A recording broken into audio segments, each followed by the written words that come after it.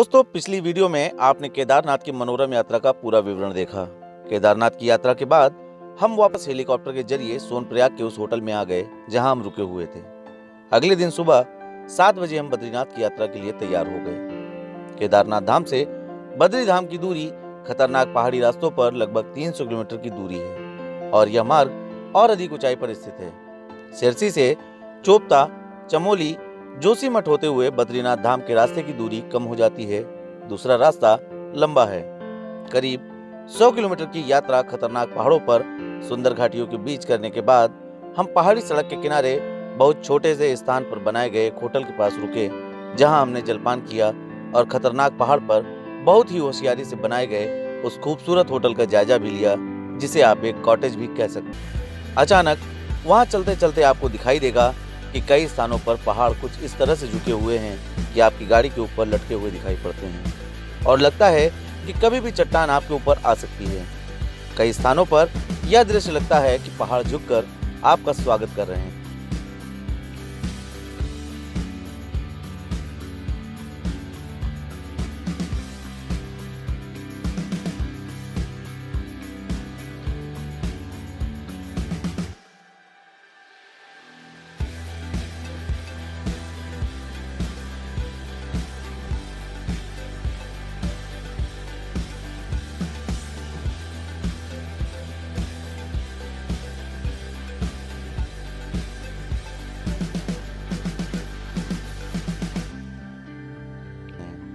पहाड़ी रास्तों के किनारे बसे छोटे छोटे बाजार, पहाड़ों पर टंगे हुए छोटे छोटे होटल अपने आप में बहुत ही रोमांच का एहसास कराते हैं।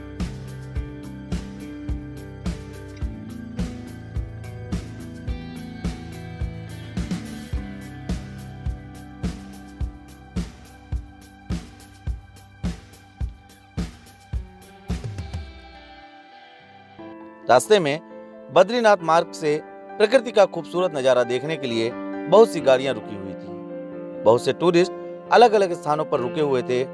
पास तो धरती पर साक्षात स्वर्ग दिखाई पड़ रहा था।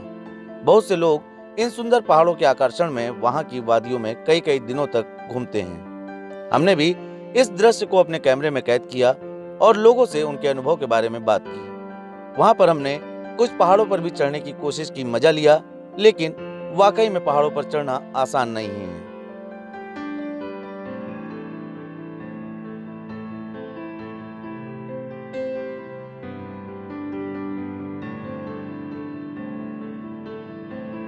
केदारनाथ की यात्रा के बाद जब हम बद्रीनाथ की ओर निकलते हैं तो ऊंचाई और बढ़ जाती है और रास्ते में चोपता नामक एक स्थान पड़ता है। वहां से होते हुए चमोली होते हुए हम बद्रीनाथ की ओर बढ़ते हैं। इस स्थान पर हम रुके हैं और हम आपको नज़ारा दिखाना चाहेंगे कैमरे के माध्यम से। आसपास का जो दृश्य है ये आप देखिए और इस दृश्य को देखने के बाद आप आभास करेंगे कि वाकई में कितनी खूबसूरती प्रकृति ने हमें दी है और कितनी खूबसूरत ये दुनिया है, कितना खूबसूरत हमारा देश है। लेकिन आबादी के बढ़ते घनत्व की वजह से धीरे धीरे हर जगह प्रदूषण, गंदगी और तमाम तरह की समस्याएं बढ़ती जा रही हैं। यदि हमें इस खूबसूरत नेचर को, इस खूबसूरत दृश्य को, इस प्रकृति को लंबे समय तक संरक्षित रखना है, आने वाली जनरेशन्स के लिए, आने वाली पीढ़ियों के लिए इसे सुरक्षित रखना है, तो हमें ये देखना होगा कि हमारी पॉपुलेशन जो है वो कंट्रोल रहे, आबादी को कंट्रोल किया जाए, गंदगी कम से कम हो और इन स्थानों के संरक्षण के लिए विशेष व्यवस्थाएं की जाए। मैं आपको अपने पीछे का दृश्य दिखा रहा हूँ। ये शिवालिक रेंज की पहाड़ियाँ हैं और बर्फ़ से ढके हुए पहाड़, ऐसा लगता है कि जैसे भारत माता के मस्तक पर कोई खूबसूरत मुकुट विराजमान है। उस तरह के ये खूबसूरत पहाड़ हैं। ये शिवालिक रेंज है। इन्हीं शिवालिक रेंज में केदारनाथ का मंदिर है और इसी के आगे बद्रीनाथ का भी मंदिर है। और आप देख रहे हैं कि गहरी खाई है, यहाँ पर पीछे पहाड़ियाँ हैं और ये पूरा पहाड़ी इलाका है। सैकड़ों किलोमीटर, लगभग 500 किलोमीटर की जो सड़कें हैं ये इसी पहाड़ी पर बनाई गई हैं। और ये आप देख रहे हैं कैसा ये टफ टेरेन है ये, और इसमें किस तरह से सड़क ऊंची नीची सड़क बनी हुई है जिस पर से तमाम यात्री, ट्रैवलर्स और श्रद्धालु यहाँ पर आ रहे हैं। तो निश्चित तौर पर बहुत ही खूबसूरत नज़ारा यहाँ का है और यही वजह है कि ये सारे दृश्य हम आपको दिखाने का प्रयास कर रहे हैं कि आप भी इन नज़ारों का आनंद लें और हमारे साथ कुछ साथी हमारे मौजूद हैं, हम उनसे बात करते हैं। जितेंद्र जी, किस तरह की अनुभूति होती है यहाँ पर आने के बाद? अरे बहुत सुंदर लग रहा है। हमको तो ऐसा लग रहा है कि जैसे भैया स्वर्ग में आए हुए हैं, और इतनी सुंदर वादियाँ आज तक हमने अपनी लाइफ में नहीं देखा है। और प्रकृति का जो ये नज़ारा यहाँ पे है, तो हमको लगता कि सीधा स्वर्ग लग रहा है हमको यहाँ पे। और बद्रीनाथ धाम के दर्शन भी करने जा रहे हैं हम लोग, तो हमारी टीम भी साथ में है, सब लोग जो है दर्शन करने जा रहे हैं, और बहुत सुंदर लग रहा है, बहुत सुंदर लग रहा है। तो लोगों को लग रहा है कि बिल्कुल स्वर्ग जैसा दृश्य है यहाँ पर। और आप सब जब भी निकलने का कहीं प्लान बनाएं तो ज़रूर इस तरफ आएं और ये जो खूबसूरत दृश्य है इसका आनंद लें। और निश्चित तौर पर एक पॉजिटिव वाइब्रेशंस यहाँ पर हैं। यहाँ आते ही ऊर्जा बढ़ती है, शरीर की, मन की भी ऊर्जा बढ़ती है। तो फिर आगे हम आपको आगे के दृश्य दिखाएंगे। जुड़े रहिए द इंडियन ओपिनियन के साथ। धन्यवाद। कुछ घंटों की यात्रा के बाद हम चमोली पहुंच गए। चमोली बहुत ही खूबसूरत इलाका है और चमोली के जंगलों के बीच पहाड़ों पर उगे चीड़, देवदार के तमाम अन्य जंगली सुंदर वृक्ष यह बता रहे हैं कि उत्तराखंड में अभी भी प्रकृति जीवित है और शायद दुर्गम भौगोलिक स्थिति की वजह से यहाँ प्रकृति जीवित रह पाई है। नहीं तो विकास के नाम पर विनाश करने वाला मनुष्य वहाँ भी सब कुछ बर्बाद कर देता। यह सुंदर दृश्य एक स्वरूप के रूप में हम सभी के सामने दिख रहा था, बल्कि यह हमें इतिहास के भी दर्शन करा रहा था। उसी रास्ते पर चलते हुए तमाम मनमोहक और खतरनाक दृश्य हमने कैमरे के माध्यम से कैद किया, जिसे आप स्क्रीन पर देख रहे हैं। मित्रों, जैसा कि आप देख रहे हैं, इस समय बद्रीनाथ के मार्ग पर हमारी टीम आगे बढ़ रही है और बड़ा ही दुर्गम मार्ग है, लेकिन सब कुछ इतना खूबसूरत लग रहा है, इतना आकर्षक है कि जिसको शब्दों में बखान नहीं किया जा सकता। और एक बार ज़रूर यहाँ पर आने का प्रयास करना चाहिए। इसीलिए हमारे पूर्वजों ने ये एक परंपरा बनाई है कि अपने जीवन काल में चारों धाम के दर्शन ज़रूर करें। तो जब आप चारों धाम के दर्शन के लिए निकलते हैं तो न सिर्फ आप उन आध्यात्मिक केंद्रों को पहुँचते हैं जो हमारी संस्कृति के लिए प्राचीन काल से ही ऊर्जा का स्रोत रहे हैं, बल्कि आप प्रकृति के उन दृश्यों को भी देखते हैं, प्रकृति की उन संरचनाओं को देखते हैं जो शायद आप देख ना पाते कभी अपने जीवन में यदि इस क्षेत्र में ना आते। तो यहाँ पर चारों तरफ जो खूबसूरती है उसको देखते हुए हम सब गुजर रहे हैं और ड्राइविंग सीट पे राघवेंद्र जी कुशलता से इस पहाड़ी क्षेत्र में संचालन कर रहे हैं और पीछे पूरी टीम हमारे साथी सभी लोग विराजमान हैं इस गाड़ी में। और मैं आपको दिखाना चाहूँगा कैमरे के माध्यम से जो दृश्य है वो आप देखिए किस तरह का मनमोहक दृश्य है। पहाड़ों की चोटियाँ, ये रास्ते, ये सफ़ेद बर्फ़ से ढके हुए पहाड़, शिवालिक रेंज के देवदार और चीड़ के ये ऊंचे वृक्ष और गहरी खाइयाँ, और ऐसा दृश्य जो वाकई में ऐसा लगता है कि देवभूमि जो नाम रखा गया है उत्तराखंड का वो 100% सही है। और इसे धरती का स्वर्ग अगर कहा जाए तो अतिशयोक्ति नहीं होगी। तो जब भी अवसर मिले इस तरफ आने का, उत्तराखंड आने का, तो आप केदारनाथ की यात्रा करें, बद्रीनाथ की यात्रा करें और यहाँ का जो नैसर्गिक सौंदर्य है उससे ज़रूर आप कनेक्ट करें खुद को, उसको देखें और समझें। और ये भी ज़रूरी है कि प्रकृति का सम्मान करें। तमाम यहाँ पर कॉटेज बने हुए हैं, रिजॉर्ट्स बने हुए हैं, हट्स बने हुए हैं, जगह जगह पर थोड़ी थोड़ी दूरी पर रुकने के स्थान हैं, खाने पीने के होटल आदि बने हुए हैं। तो कहीं भी कोई दिक्कत नहीं है। बद्रीनाथ केदारनाथ की यात्रा पर हर तरह की सुविधाएं हैं। सरकार ने काफ़ी विकास करा दिया है, सड़कें काफ़ी अच्छी बन गई हैं और पहाड़ी सड़कों पर अब चलना पहले की तरह उतना खतरनाक नहीं रह गया है।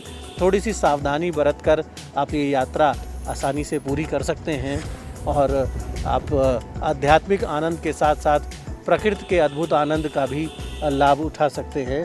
तो फिर जब भी मौका मिले इस क्षेत्र की यात्रा में ज़रूर निकलिए। द इंडियन ओपिनियन के लिए बद्रीनाथ मार्ग से दीपक मिश्रा।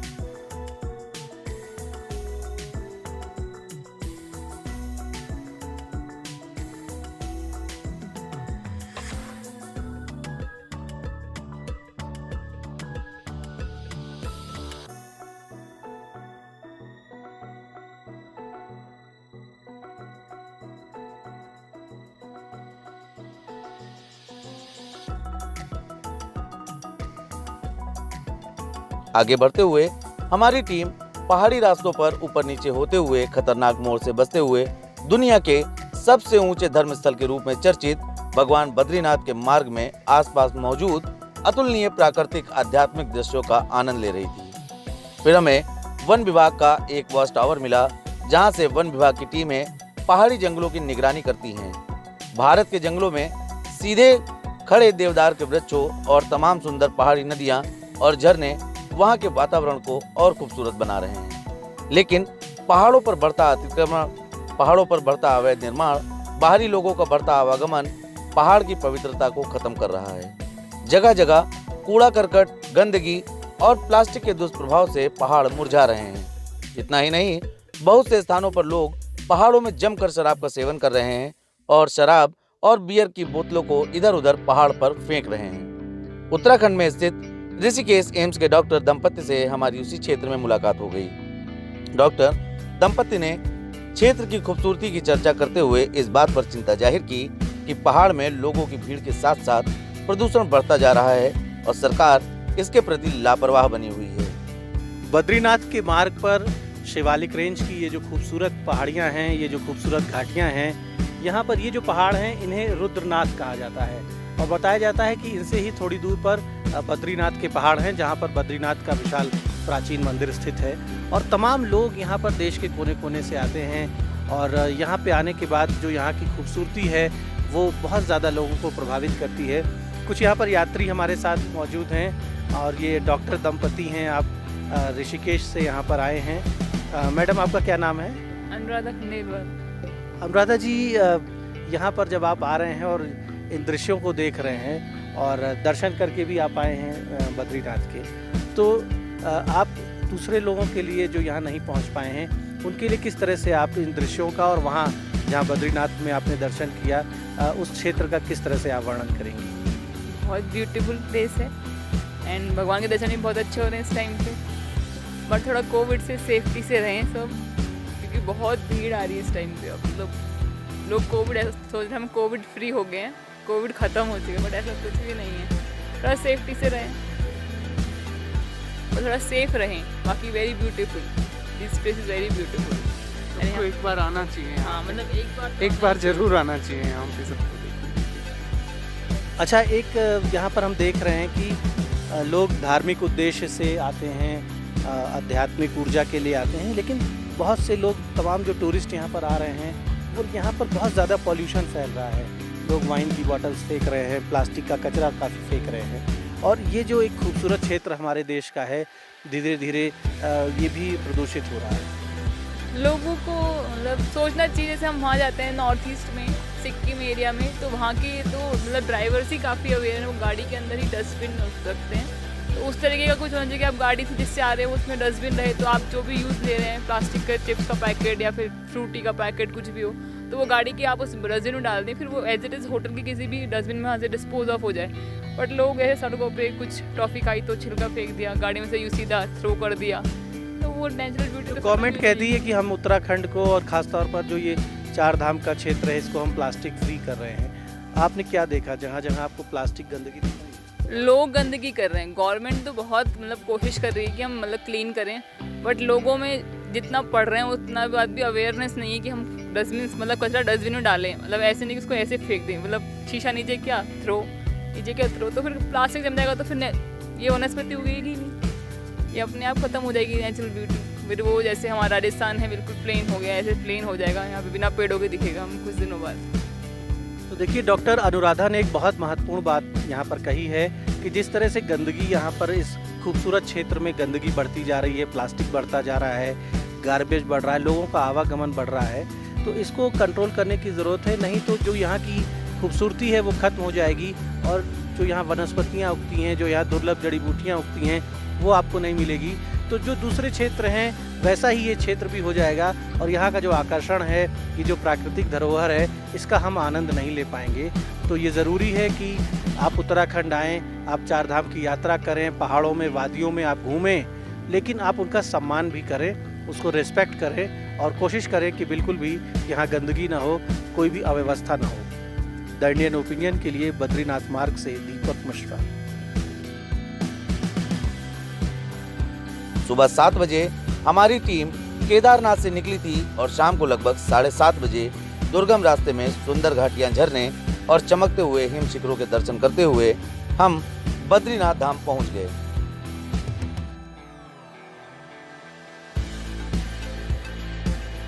बद्रीनाथ धाम पहुंचते ही जैसे शरीर की सारी थकान दूर हो गई और रात में ही हमने विश्व प्रसिद्ध बद्रीनाथ धाम के दर्शन किए।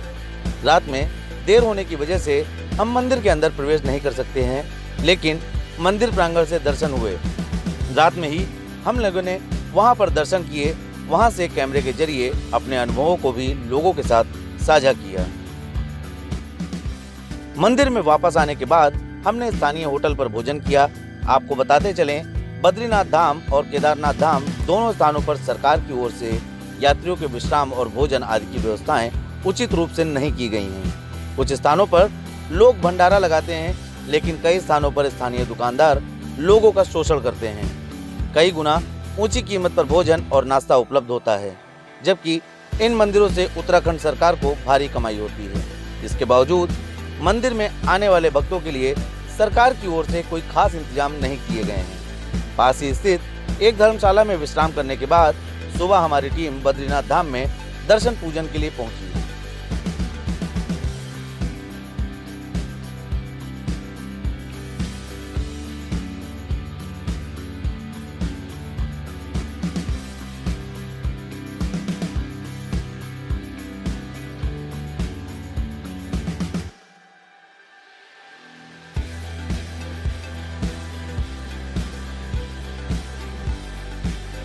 दर्शन पूजन के पहले हमने वहां स्थित अग्निकुंड में स्नान किया। अग्निकुंड अपने आप में दुनिया का एक बड़ा आश्चर्य है, जहां पर हाड़ कपा देने वाली ठंड 12 महीने होती है। हजारों वर्षों से ही वहां पर ईश्वर ने आने वाले भक्तों को राहत पहुंचाने के लिए गर्म पानी का एक बड़ा कुंड उपलब्ध कराया है, जिसे अग्निकुंड कहते हैं। अग्निकुंड में आध्यात्मिक जल की धारा इतनी गर्म होती है कि आप एक बार उसके अंदर घुस नहीं सकते। धीरे धीरे अपने शरीर पर पानी डालकर शरीर की क्षमता को अनुकूल बनाकर ही पानी में घुसा जा सकता है। कहा जाता है कि प्राचीन काल में ही भगवान जब स्वयं वहां तपस्या कर रहे थे, अग्निदेव ने वहां इस प्रकार से अग्निकुंड का निर्माण किया और जल रूप में अग्निदेव प्रकट होकर वहां पर अपने आने वाले तपस्वियों का स्वागत करते हैं। और जल रूप में मौजूद अग्निदेव के अग्निकुंड में स्नान करने के बाद दूर दूर से आने वाले भक्तों की थकान दूर हो जाती है, उन्हें सर्दी से राहत मिलती है और तमाम बीमारियां भी दूर हो जाती हैं। मंदिर के पुरोहित से महत्व और इतिहास पर भी चर्चा की। बद्रीनाथ धाम की महिमा अपरंपार है। इसके बारे में ये कहा जाता है कि लगभग 2500 वर्ष पहले यहाँ पर इस मंदिर की हमारे पूर्वजों ने स्थापना की थी। हमारे साथ यहाँ के पुरोहित जी मौजूद हैं। पुरोहित जी बताइए, कितना प्राचीन मंदिर है ये, कैसे इसकी स्थापना हुई, क्योंकि इतनी ऊंची पहाड़ी पर लगभग 10,200 फीट की ऊंचाई है, तो ये एक अपने आप में बहुत बड़ा आश्चर्य है। देखिए, सबसे पहले तो मैं आपके चैनल के माध्यम से सभी श्रद्धालु तीर्थजनों को प्रणाम करता हूँ।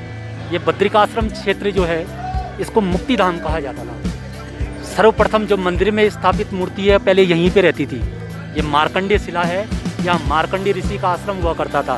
तो यहीं पे बैठ के भगवान नारायण ने 66,000 वर्षों तक तप किया। तो यहाँ पे भगवान नारायण ने स्वयं यहाँ तप किया 66,000 वर्षों तक। सहस्त्रा कवच राक्षस हुआ, जिसका तारण करने के लिए भगवान नारायण ने यहाँ पे 66,000 वर्षों तक तप किया। तो ये मार्कंडेय शिला है, यही भगवान की तपस्थली है, जिसपे अब ये गर्म पानी का कुंड बना हुआ है। तो पहले मूर्ति यहीं पे स्थापित रहती थी। यहाँ पे जो आपके चाइना बॉर्डर है, तो बौद्ध जो आक्रांतक थे, तो उन लोगों ने इस मूर्ति को अपने गुरु का स्वरूप मानते थे। अवलिप्तेश्वर है, उनका स्वरूप मानते थे। तो यहीं से बौद्ध लोग वो मूर्ति उठा के तेलंग मठ ले गए थे तिब्बत में। तो वहाँ से भगवान नारायण चवर गाय की पूँछ में छुपकर बद्रिकाश्रम आए थे। जो चवर झुलाते हैं ना, तो उसकी पूँछ, चवर गाय की पूँछ में छुप के फिर भगवान बद्रिकाश्रम में आए। फिर उनकी मूर्ति को यहीं पे स्थापित किया गया। फिर उसके बाद ऐसे मतभेद चलता रहा कि ये हमारे बौद्ध धर्म में कि हमारे बौद्ध गुरु की मूर्ति है, तो आपसी मतभेद में वो मूर्ति को उठा के नारद कुंड में डाल दिया। फिर आदि गुरु शंकराचार्य जी 2000 वर्ष पूर्व जब आदि गुरु शंकराचार्य जी आए थे यहाँ पे, तो इस मूर्ति को उठा के मंदिर में स्थापना की। तो ये आदि गुरु शंकराचार्य जी ने मूर्ति की स्थापना की, गर्भगृह की स्थापना की। उसके बाद मंदिर का जो नवनिर्माण करवाया वो इंदौर की महारानी अहिल्याबाई होलकर जी ने करवाया। तो भगवान का जो मुख्य क्षेत्र है यही है, मार्कंडेय शिला, क्योंकि यहीं पे बैठ के भगवान नारायण जब तप कर रहे थे, माता लक्ष्मी जी ने उनके बेर का वृक्ष होता है ना, जो बेर खाने वाला फल है, उसके वृक्ष के रूप में छाँव की। तब भगवान नारायण ने माता लक्ष्मी को वरदान दिया कि कलयुग में धाम तुम्हारे नाम से जाना जाएगा। तो संस्कृत में बेर के पेड़ को कहते हैं बद्री, इसलिए इस धाम का नाम पड़ा बद्रीनाथ, बद्री विशाल, बद्री का आश्रम। बद्रीनाथ का अर्थ हो गया लक्ष्मी के नाथ। जो मंदिर में जो अभी भगवान की मूर्ति है उनको बद्रीनाथ कहते हैं। बद्री विशाल, विशाला नामक राजा की नगरी थी विशालापुरी, इसलिए पूरे क्षेत्र को बद्री विशाल कहते हैं। बद्री का आश्रम, पेड़ ने छाँव करके जो आश्रम सा बनाया तो उसको बद्री का आश्रम कहते हैं। तो बद्री का आश्रम क्षेत्र यही है। सतयुग का धाम है जो, वो है बद्री का आश्रम। जिस क्षेत्र में आप खड़े हैं यही सतयुग का धाम है, बद्री का आश्रम क्षेत्र। ये मुक्ति धाम है।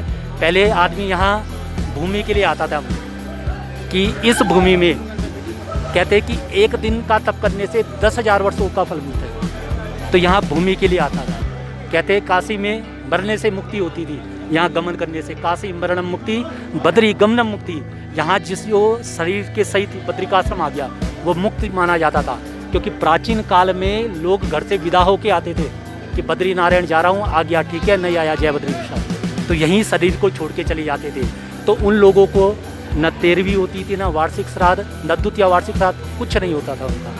मुक्ति यहीं प्राप्त हो जाती है। मुक्ति धाम माना जाता है। अच्छा महाराज, ये जो कुंड से गर्म पानी निकलता है, इसका क्या रहस्य है? ऐसे है क्योंकि इतनी सर्दी है यहाँ पर, लेकिन पानी इतना गर्म निकल रहा है कि एक बार तो उसमें उतरने में दिक्कत होती है, लेकिन उसके बाद बड़ा आनंद आता है, लोग नहाते हैं, सारी थकान दूर हो जाती है। ऐसे है कि अग्निदेव को भक्षा भक्षी का पाप लगा था कि हमारे जो सनातन धर्म में जितने भी 16 प्रकार के संस्कार हैं, सबसे पहले अग्नि प्रज्वलित की जाती है। तो उस समय क्या ऋषि मुनियों ने देखा कि अग्नि के पास कोई पक्षी उड़ के गया, वो भी भस्म हो गया, कुछ कूड़ा करकट पड़ा, वो भी भस्म हो गया। तो अग्निदेव का देव सभा से निष्कासन हो गया। तो बाद में अग्निदेव जाके क्षीर सागर में तप करने लगे। तो माता लक्ष्मी को अपना वृतांत बताया। जब माता लक्ष्मी ने भगवान बद्री विशाल की यहाँ पे सेवा की वृक्ष के रूप में, तो उनसे ये वरदान भी मांगा कि अग्निदेव का आप कल्याण करें। तो अभी भी जो अग्नि की मुख की पूजा होती है, तो यहाँ पे अग्नि तो मनुष्य को पावन कर नहीं सकती। तो अग्निदेव ने जब यहाँ पे तप किया तो भगवान ने उनको वरदान दिया कि आप यहाँ पे जल के रूप में विचरण करो। तो ये जो गर्म पानी है, ये कितना भी गर्म हो जाए, इतना ही गर्म पानी आप घर में शरीर पे डालो तो छाले निकल जाएंगे। ये कितना भी गर्म हो जाए, ये नुकसान नहीं करता है। जितनी ज़्यादा ठंड बढ़ेगी उतना ज़्यादा पानी गर्म होगा। तो ये जल के माध्यम से अग्निदेव सब लोगों के पापों का भक्षण करते हैं, उनके पापों का नाश करके उनके जो घर में जो अग्नि लोग यहाँ से जो तीर्थ यात्रा में आते हैं, तो अग्निदेव से सब सर्वप्रथम वो अग्निदेव से यहाँ पे पूजन करके प्रार्थना करते हैं कि पापों का नाश करने के लिए, घर में राजी खुशी के लिए। तो ये अग्निदेव सबसे पहले यहाँ पे अग्निदेव ही उनको आशीर्वाद देते हैं, क्योंकि जब अग्निकुंड में स्नान करते हैं जल के रूप में, उसके बाद ही भगवान का दर्शन किया जाता है। अग्निकुंड है बिल्कुल। तो आपने सुना पुजारी जी से, पुरोहित जी से, कि भगवान बद्रीनाथ का जो धाम है, ये इसका ऐतिहासिक पौराणिक महत्व कितना ज़्यादा है और किस तरह से हज़ारों वर्षों की पूरी कहानी है इसकी स्थापना के पीछे। और विषम परिस्थितियों में 10,200 फीट से भी ज़्यादा ऊंचाई है यहाँ पर, दुर्गम पहाड़ों के बीच से आकर हज़ारों वर्षों पहले किस तरह से हमारे पूर्वजों ने, सनातन संस्कृति को आगे बढ़ाने वाले हमारे पुराने लोगों ने इसकी स्थापना की थी। और ये अग्निकुंड जो है, इसका जो जल है गर्म रहता है और लगातार यहाँ में लोग नहाते रहते हैं। और इतना गर्म होता है कि अगर इतने गर्म पानी से आप अपने घर में इसका प्रयोग करेंगे तो आपको छाले पड़ेंगे, लेकिन यहाँ चूँकि अग्निदेव श्रद्धालुओं को आशीर्वाद दे रहे हैं, सेवा कर रहे हैं, इसलिए इस गर्म पानी में भी घुसने के बाद किसी को नुकसान नहीं होता है, सबको आनंद आता है। तो आप सब जब भी मौका मिले भगवान बद्रीनाथ के दर्शन करने ज़रूर आएँ और यहाँ का जो पौराणिक महत्व है उसका आनंद लें। यहाँ का जो वातावरण है उसमें शामिल होके अपनी ऊर्जा को बढ़ाएं, अपने मनोबल को बढ़ाएं। धन्यवाद। भगवान बद्रीनाथ के दर्शन पूजन के पश्चात हमने वहां पर दुनिया के अति प्राचीन और सबसे ऊंचे स्थानों में शामिल इस मंदिर के पौराणिक महत्व की चर्चा की।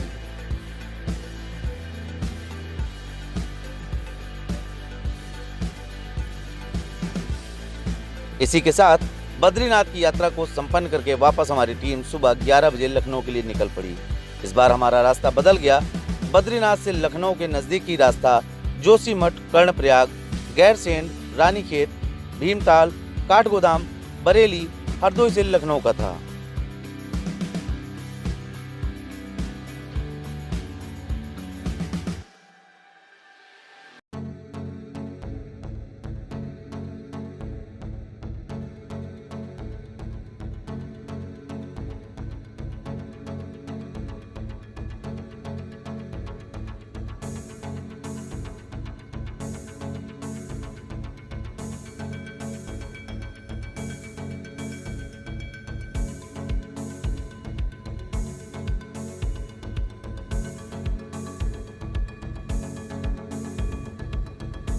केदारनाथ और बद्रीनाथ के मार्ग पर भी अनेक स्थानों पर मार्ग के चौड़ीकरण के लिए बॉर्डर रोड ऑर्गेनाइजेशन की टीमें पूरी मेहनत से काम कर रही हैं। भारी मशीनों की मदद से पहाड़ों की स्क्रैपिंग की जा रही है।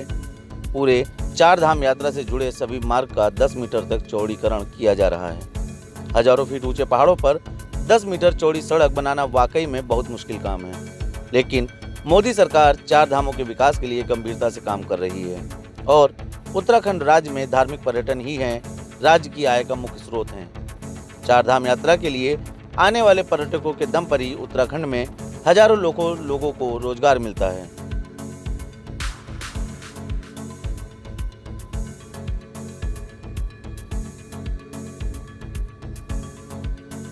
खतरनाक रास्तों पर आगे बढ़ते हुए हम देखते हैं कि कई स्थानों पर मंदाकिनी नदी में जल विद्युत परियोजनाएं भी लगाई गई हैं। चलते चलते रात हो गई और गैरसैंण में रुकने का निर्णय हुआ।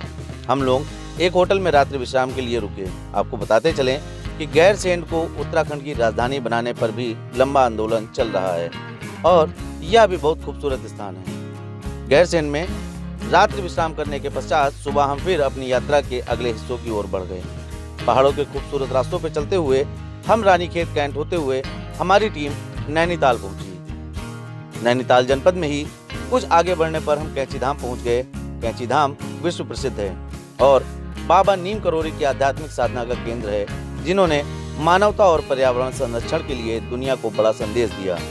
बाबा नीम करोली के धाम में दुनिया देश की बड़ी हस्तियां अक्सर मन में शांति, आध्यात्मिक ऊर्जा और जीवन के प्रति सही मार्गदर्शन प्राप्त करने के लिए आती रहती हैं। नीम करोली धाम वाकई में आपको जीवन के प्रति सही दृष्टिकोण हासिल करने का केंद्र हो सकता है। देवभूमि उत्तराखंड में थोड़ी थोड़ी दूरी पर ही आपको धार्मिक और आध्यात्मिक ऊर्जा के तमाम केंद्र मिलते हैं। नैनीताल के कैंची धाम में इस समय हमारी टीम मौजूद है और कैंची धाम के विषय में पूरी दुनिया के लोग जानते हैं कि बाबा नीम करोली का जो व्यक्तित्व यहाँ पर था और उन्हें ईश्वर का अवतार भी कहा जाता है। उनके प्रभाव, उनके सानिध्य में आने के लिए दुनिया की तमाम हस्तियों ने यहाँ पर इस आश्रम में आके समय बिताया और इस आश्रम का जो वातावरण है वो स्वयं बहुत ही आध्यात्मिक है। प्राकृतिक सौंदर्य से ओतप्रोत है ये आश्रम। हम आपको दिखाना चाहेंगे कि यहाँ पर इस पहाड़ी नदी के किनारे ये आश्रम स्थित है और कलकल बहती जलधारा यहाँ पर और प्रकृति का जो पूरा आनंद है यहाँ पर। आप जब भी आएंगे तो न सिर्फ आध्यात्मिक और धार्मिक आपको ऊर्जा मिलेगी बल्कि प्रकृति का भी आनंद यहाँ पर आपको मिलेगा। और कोरोना संकट की वजह से इस आश्रम में अंदर तमाम प्रतिबंध लगाए गए हैं भक्तों के प्रवेश पर और बहुत ही सीमित मात्रा में 5 लोगों को एक बार में जाने की अनुमति है। और यहाँ पर अंदरूनी जो स्थान है इस आश्रम के, उनकी फ़ोटोग्राफी भी प्रतिबंधित की है। फिर भी तमाम लोग आ रहे हैं यहाँ पर और बाबा नीम करोली का आशीर्वाद प्राप्त करने और जो उन्होंने एक शिक्षा दी मानव समाज को संयम और नियम से जीवन बिताने की, तो उनका बड़ा प्रभाव जो है वो आज भी यहाँ पर कायम है। आज भी यहाँ पर आने से उनका आशीर्वाद मिलता है, लोगों को उनके भाव दर्शन मिलते हैं और हमारी टीम के सारे सदस्य, तमाम दर्शनार्थी, तमाम लोग यहाँ पर लगातार आ रहे हैं और यहाँ पर आके निश्चित तौर पर लोगों को एक अद्भुत आनंद मिल रहा है, ऊर्जा मिल रही है। और जब कभी आप उत्तराखंड की ओर आएँ तो नैनीताल के कैंची धाम में बाबा नीम करोली के आश्रम में ज़रूर आएँ। यहाँ पर आपको हनुमान जी के दर्शन होंगे, माता वैष्णो देवी के दर्शन होंगे और साथ ही साथ बाबा की भी एक यहाँ पर सजीव प्रतिमा बनाई गई है। उनके दर्शन करके और उनकी शिक्षाओं का लाभ लेकर निश्चित तौर पर आप अपने जीवन को सफल कर सकते हैं। नैनीताल के कैची धाम से द इंडियन ओपिनियन के लिए दीपक मिश्रा। कुछ दूर चलने के बाद हम भीमताल पहुंचे और वहां के खूबसूरत नज़ारों को हमने कैमरे में सहेजा और वहां के अनुभव के बारे में लोगों से बातचीत भी की।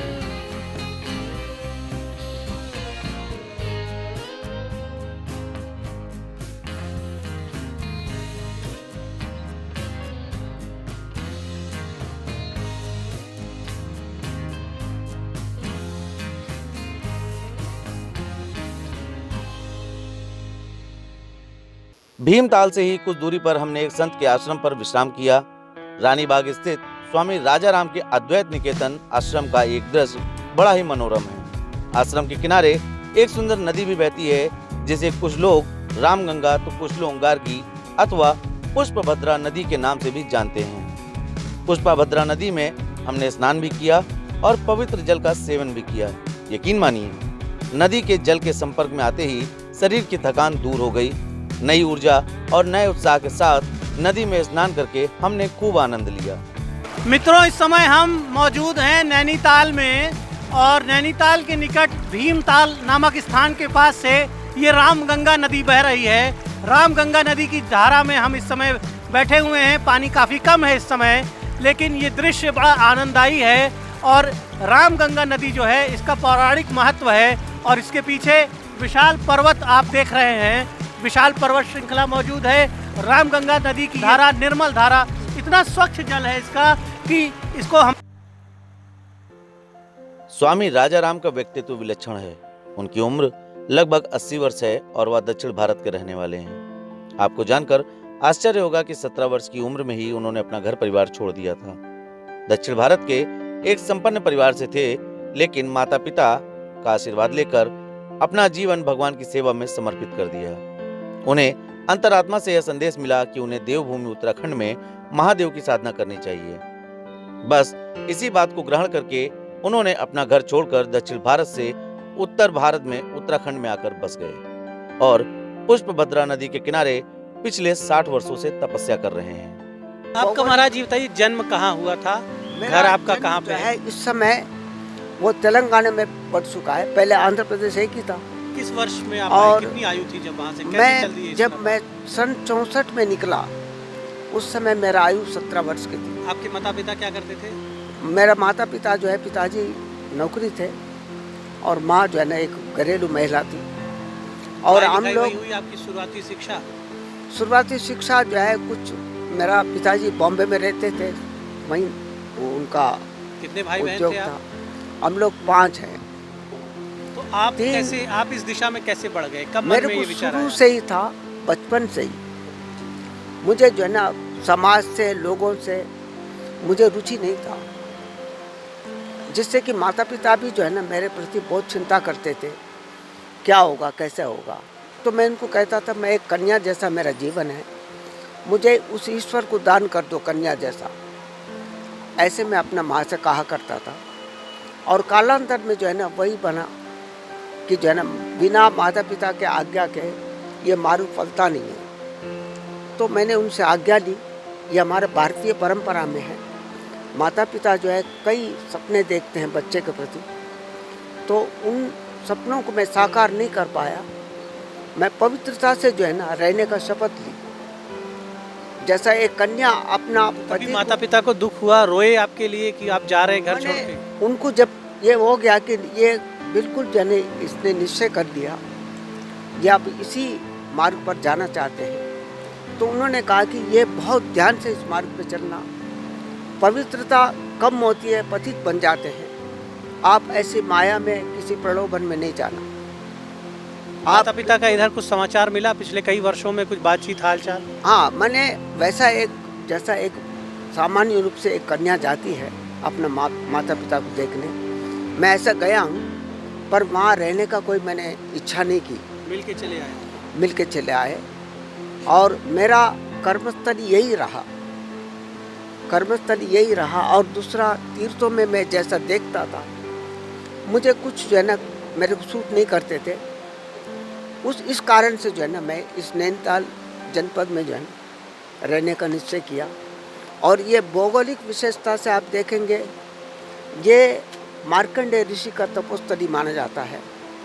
उनके अलावा जिन्होंने इस सूक्ष्मता से जो है ना जिन्होंने अनुभव किया होगा यहाँ का अनुभव उनका, तो उसमें एडाखान बाबा है, नीम करली महाराज है।